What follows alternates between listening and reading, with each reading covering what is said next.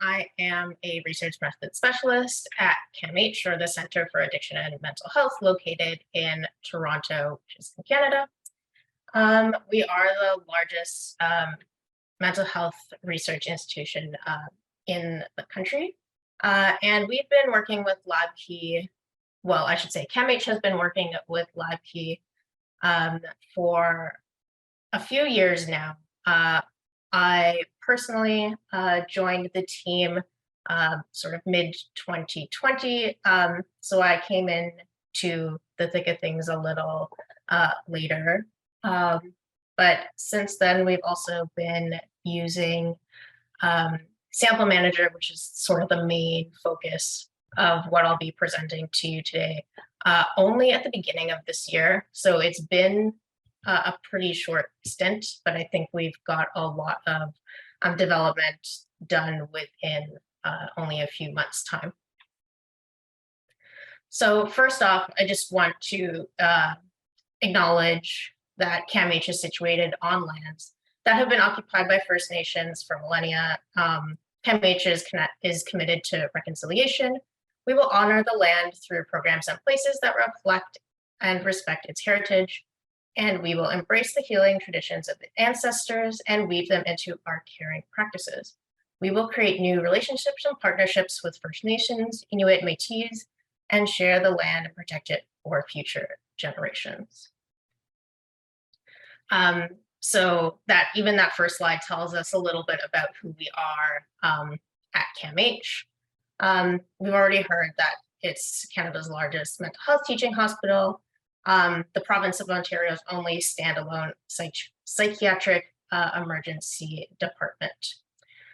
We do employ over 3,000 staff. That includes, obviously, physicians, clinicians, researchers, educators, support staff, and we also do partnerships with many students in the universities that are around and across Toronto.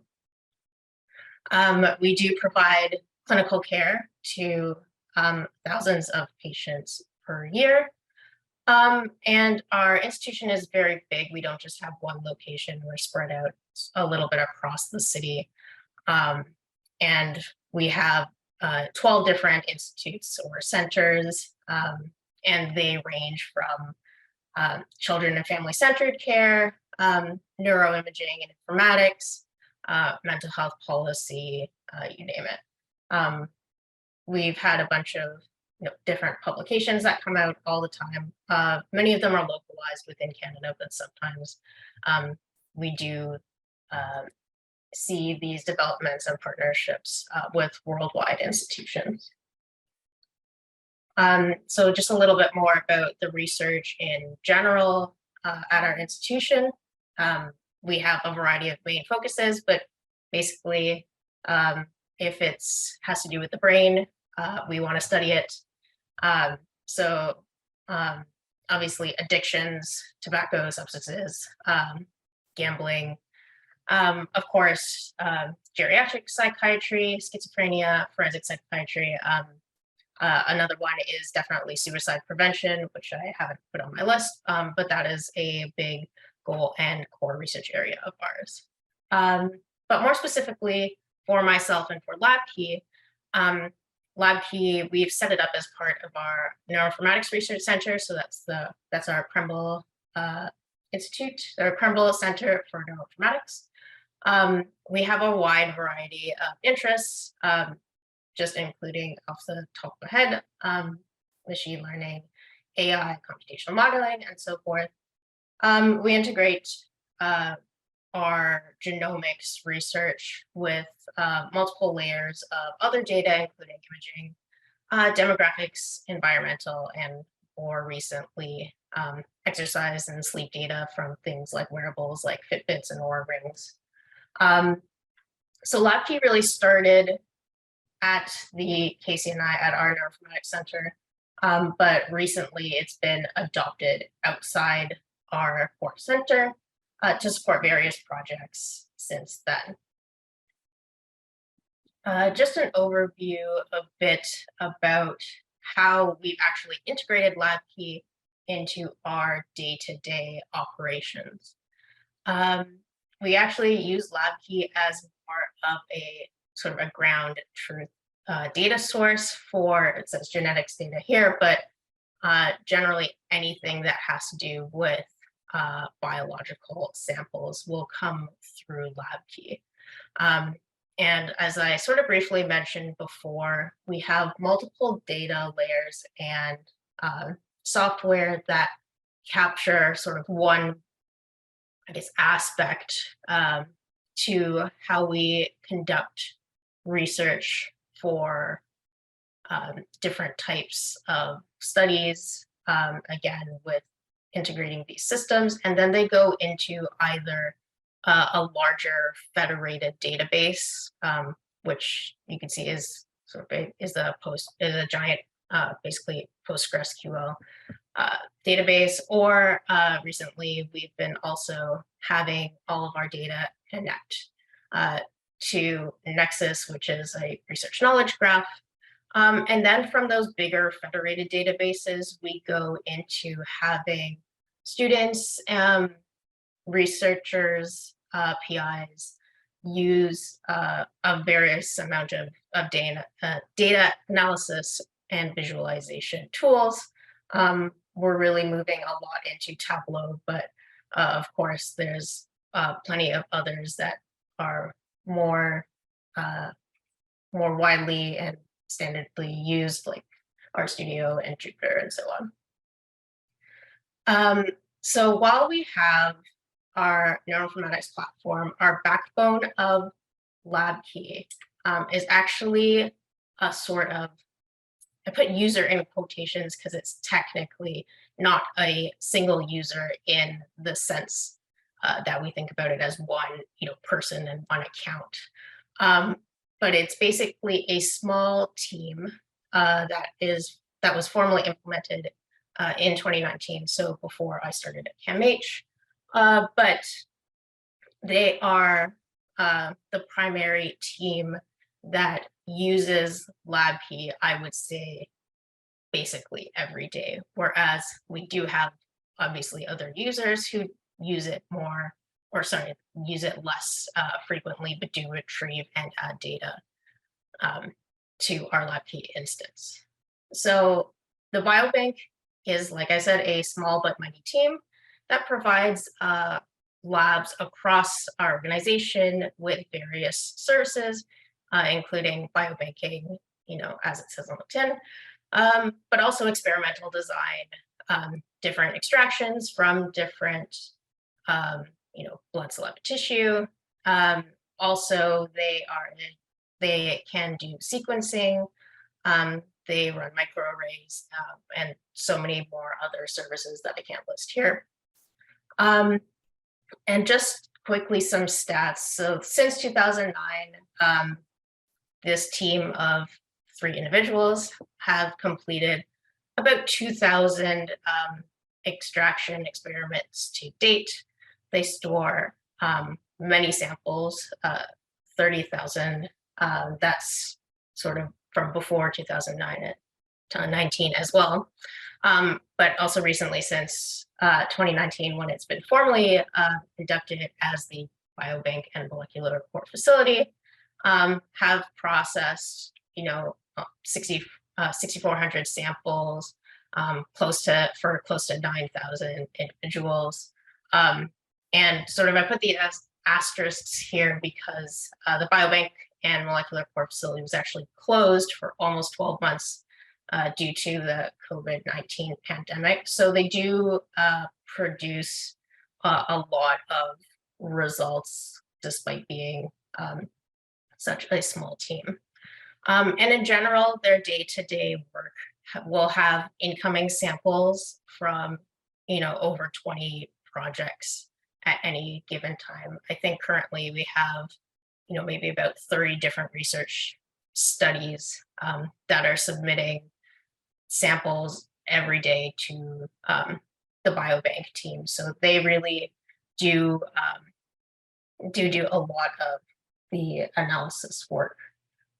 And just a little bit of history I guess before Sample Manager, and this was even a little bit before the Biobank was sort of formally inducted into this whole center, was that they were using sort of a customized Microsoft SQL database.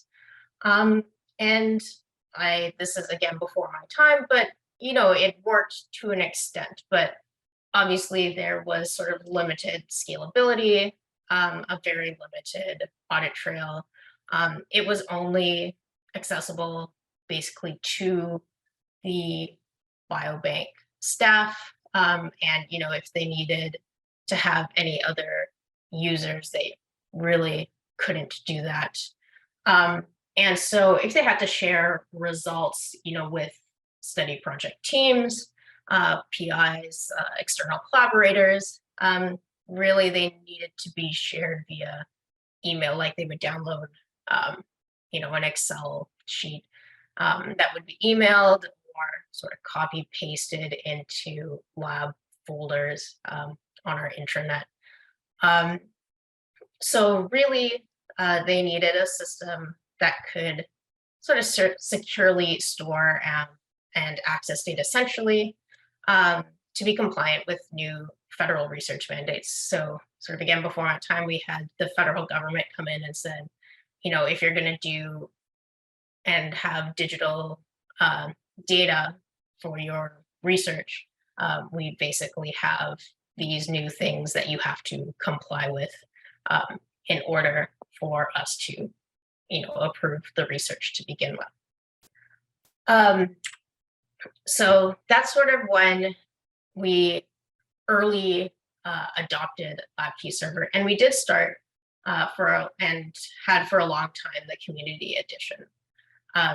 So we started with LabKey Server in 2016, and immediately, we had multiple benefits over just the customized Microsoft SQL system.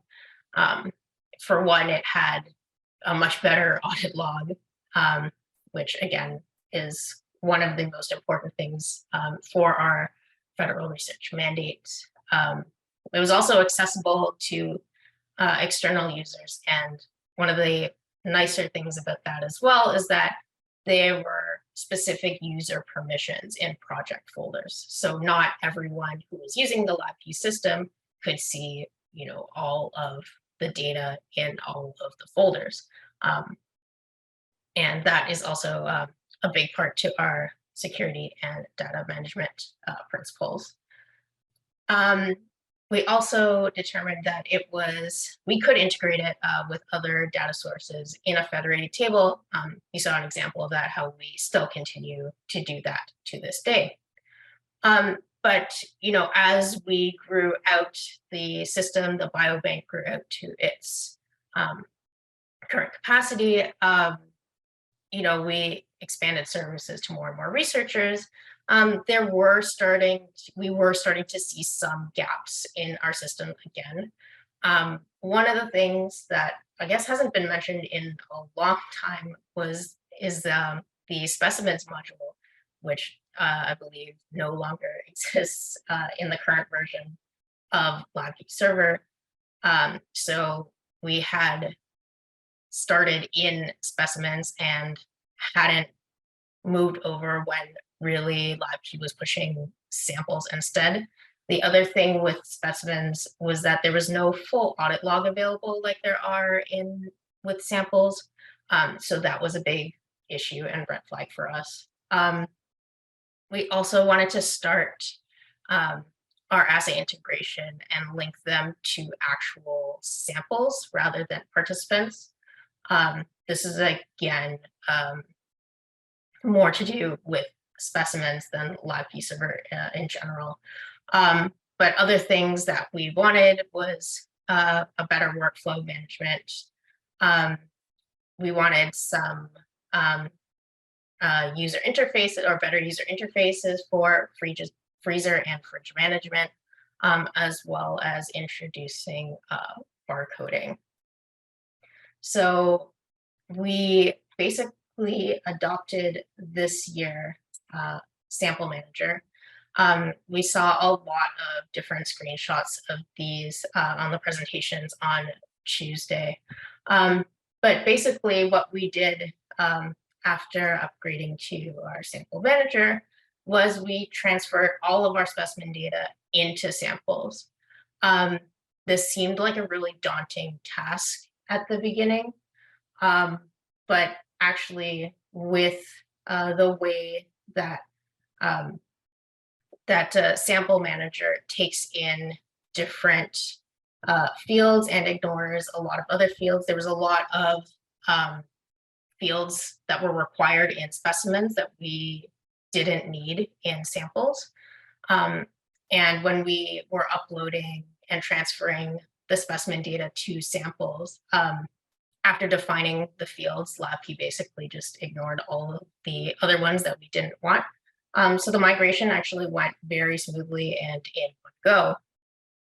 And right now, our sample manager instance with the Biobank team, we do use all of the features that are available. So we use sources through workflows. We're just starting testing with the ELN as it just came out in the latest release. But we built out a lot of the features here. So we track sources, but mainly we have the big things is that we have multiple sample types and multiple assays that we run, or the Biobank runs their samples through. So this is just sort of a standard workflow of sample journey through the Biobank. And it doesn't just use the Biobank team. There are the initial researchers who come in and do some of the work in LabKey Server, and I will talk about that a bit more in some future slides. But basically all of the record creations, so the sources, so the participants and our samples are actually done by the research teams themselves and not the biobank. So the biobank starts by actually receiving the physical samples. They add it to the correct workflows in LabKey, and then they will actually do the experiments, and then import the assay data based on one of our 22 standard assays.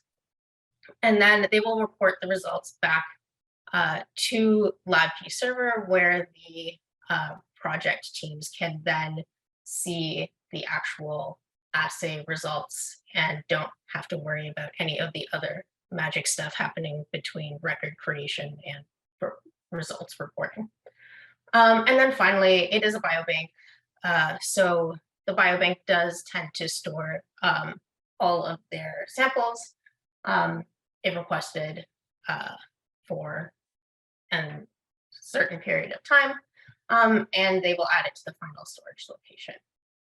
So some of the things that we really like about Sample Manager is, again, sort of listed here, but a lot of things is off the top of our head was that there was a lot of flexibility in the field names and requirements. So sort of like I said before, there was a lot of rigidity in specimens, which doesn't come with samples, which is a lot nicer. We also have the bulk editing capabilities, which definitely helps when the biobank is receiving, 5, 10, 20 samples a day. The other thing that I think Hannah touched on briefly on Tuesday was the interactive sample lineage graphs. We can see already a lot of details when we go up and down sort of the tree and see the actual process of our samples there. Again, the full audit log of the samples is paramount to what the biobank does. We can see who has done what at every step, who has checked out a sample how many times, so on and so forth. The big freezer, the visual freezer management is also a big one. Now, instead of sort of hand drawing it and sticking it to each individual freezer, we can also see it online, and sort of, if necessary, you can even just print out the page and stick it on the freezer, which is very nice. And obviously the integration of workflows has really helped streamline which samples need to go where online rather than just like a paper trail. So just really quickly, also, because I'm running out of time, how have we integrated this though with LabKey Server? So really our whole process comes together in Server. I've mentioned that the biobank, who's a primary user, doesn't actually enter in any participant or sample data. This is instead done in LabKey Server by individual project teams. What we've done is a big customization of web parts and also accessing the LabKey API in the background to actually do these sort of online forms where there is also a lot of error checking done to make sure, oh, does the participant ID, make, or is it in the right format? Is a birthday actually, in the right format? Are there even any free text comments that is useful for either the biobank or the research team in the future? And similarly, for entering samples, this is a lot more drop-down fields where, we have standardized nomenclature. So there's a lot less error going into things rather than basically hand typing everything going forward. And so other things that we do is that the assay results, like I've mentioned, are shown in individual project folders, and this is based on sample nomenclature. So basically results from samples A through Z will show up in study 1, but results for samples 1 through 10 will show up in study 2 only. And this is based on how we have named our samples. And another thing that we do is that based on the assay results, we have built large queries using the LabKey SQL in our server instance with all the data that we've come through LabKey projects. Just like an example of some of we have, I don't know, like dozens of different queries that we can do and are available both to the biobank and sometimes as well to different project users. And how we do this is a lot through linked schemas. So I don't know if anyone has really talked about this much, but it's sort of a nifty way that we don't have to do a copy to study. So there's no actual copying of physical data from one folder to another, where it's really only you're seeing specific views that we have defined in one project folder over another. So basically just a little bit of visualization of how that works is that we get study data from studies 1 through N in LabKey Server, and it leverages basically the users for all of these studies, leverages the submitter permissions to submit data to the biobank, but none of the other permissions. So these users do not have read permissions. They can't access the folder, the sample manager folder, and so on. And then the biobank leverages, again, the linked schemas, which is located in the schema administration, back to studies 1 through N, where they are able to see their results. So that's basically our process of how we combine Sample Manager with LabKey Server. I just wanted to end on a little bit of what LabKey will be doing for CAMH sort of going forward, along with our current implementation of that Neuroinformatics Platform, where we're actually creating a brain health databank, as we call it. That's basically hopefully going to be a learning system that improves patient care, but also enables discovery and innovation. And right now, we will be deploying it hospital-wide, but our basic intention for integrating LabKey into this, and the Biobank's going to be getting a lot more work, but we want it to really become the largest digital repository of mental health data, basically anywhere. So that's our ambitions going forward. Thanks so much for listening to my presentations. If there are any questions, I'll be happy to answer them. Thanks, Rachelle. That was great walkthrough, and I think for me particularly interesting to hear from someone who's been using LabKey Server for a long time and migrated into Sample Manager, but continues to have connections with other LabKey capabilities. Couple questions in the last couple minutes here. I wanted to ask: are you tracking any PHI data or other kind of similar things? I'm not as familiar with the Canadian requirements, but I'm sure there's analogous to HIPAA. Can you talk about how you've either de-identified or managed the PHI? Yeah, so we try to keep as little PHI in LabKey just as possible. We're currently using the starter edition, so we don't have all the compliance modules like the enterprise edition does. But some of the things that we do proactively is also mask our participants. So all of the IDs in LabKey are already masked. And just in terms of best practices, the linkage between actual research participants and participant IDs are kept offline in secure systems. The other thing is that we make sure that before we actually onboard projects into LabKey, the REBs, so basically the ethics board here in Canada has made sure that if they are collecting things like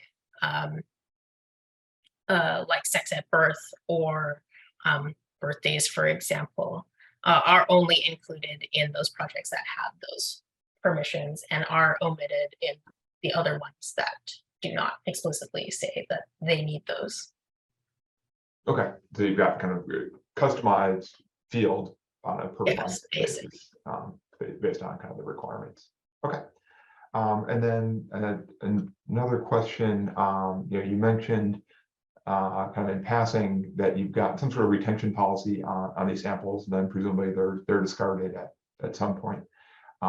Is that something that you're actively modeling in Sample Manager in terms of sample status or things like that, or how do you help figure out which ones are due to be discarded? Yeah, so we do utilize the sample statuses that are available in Sample Manager. I actually don't, though. I'm not in charge of actually setting those statuses. So in terms of when things need to be discarded, I don't actually know what the policy is. But presumably there are, when we do store the samples, there is, an initial storage date and a collection date, what it's been used for. So presumably after X amount of time, or if researchers no longer want these samples, or they've been marked to the participant withdrew, so we're destroying those samples. they will be logged in Sample Manager. And we do have sample statuses for those. Either participant withdrew, they're ineligible, sample's been discarded, they've been sent to collaborators, and so on and so forth.